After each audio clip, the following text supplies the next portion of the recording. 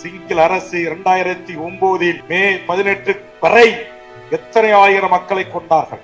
அண்ணன் சூசை, புலித்தேவன் அண்ணன், அதுபோன்ற நடேசன், அண்ணன் புயல், எத்தனையோ விடுதலை புலிகளின் அரசியல் துறை பொறுப்பாளர்கள் தமிழ்நாட்டில் இருக்கிற முக்கிய தலைவர்களோடு தொடர்பு கொண்டு பேசிய போது சனம் செத்து கிடக்கிறது. ஈழத்து தாய்மார்கள் 16 ஆண்டுகளை கடந்தும் தங்கள் பிள்ளை செல்வங்களுடைய புகைப்படங்களை வைத்துக் கொண்டு ஐநாவுக்கும் உலக நாடுகளுக்கும் பறந்து சென்று எங்களுக்கான நீதியை தாருங்கள் என்று கோருகிறார்கள். காணாமல் ஆக்கப்பட்டவர்களுக்கு என்று ஒரு கூட்டமைப்பை உருவாக்கி எங்கள் பெண் தாய்மார்கள், தங்கைகள் அந்த மண்ணில் எங்கே என் பிள்ளை, எங்கே என் மகன், எங்கே என் கணவர், எங்கே என் மகள் என்று கேட்கிறார்கள். உலக சமூகம் பதில் சொல்லவில்லை.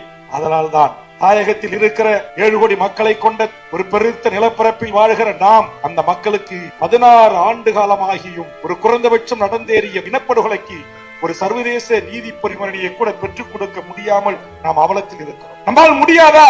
முடியும். எப்படி முடியும்? புவி சார்ந்த அரசியலில் மிகப்பெரிய செல்வாக்கா இருக்கிற இந்திய ஒன்றியம் நினைத்தால் ஐக்கிய நாடுகள் சபையின் ஊடாக ஈழத்தில் நடந்தது இனப்படுகொலைதான் என்று நம்முடைய நாடாளுமன்றத்தில் ஏகமனதாக தீர்மானம் நிறைவேற்றி புதுவை உள்பட 40 நாடாளுமன்ற உறுப்பினர்களின் அழுத்தத்தின் ஊடாக ஒன்றிய அரசுக்குரிய அழுத்தத்தை தந்து நிச்சயம் ஐக்கிய நாடுகள் சபையிலே இப்படி ஒரு தீர்மானத்தை கொண்டு வந்து சர்வதேச நீதிமன்றத்தில் இனப்படுகொலையாளர்களை நிறுத்த முடியும், அவனுக்குரிய தண்டனையை பெற்றுத்தர முடியும். ஆனால் எங்களிடத்தில் 40 எம்பிக்கள் இல்ல, நூற்றுக்கணக்கான எம்எல்ஏக்கள் இல்ல, ஆட்சி அதிகாரம் எங்கள் கைகளில் இல்ல.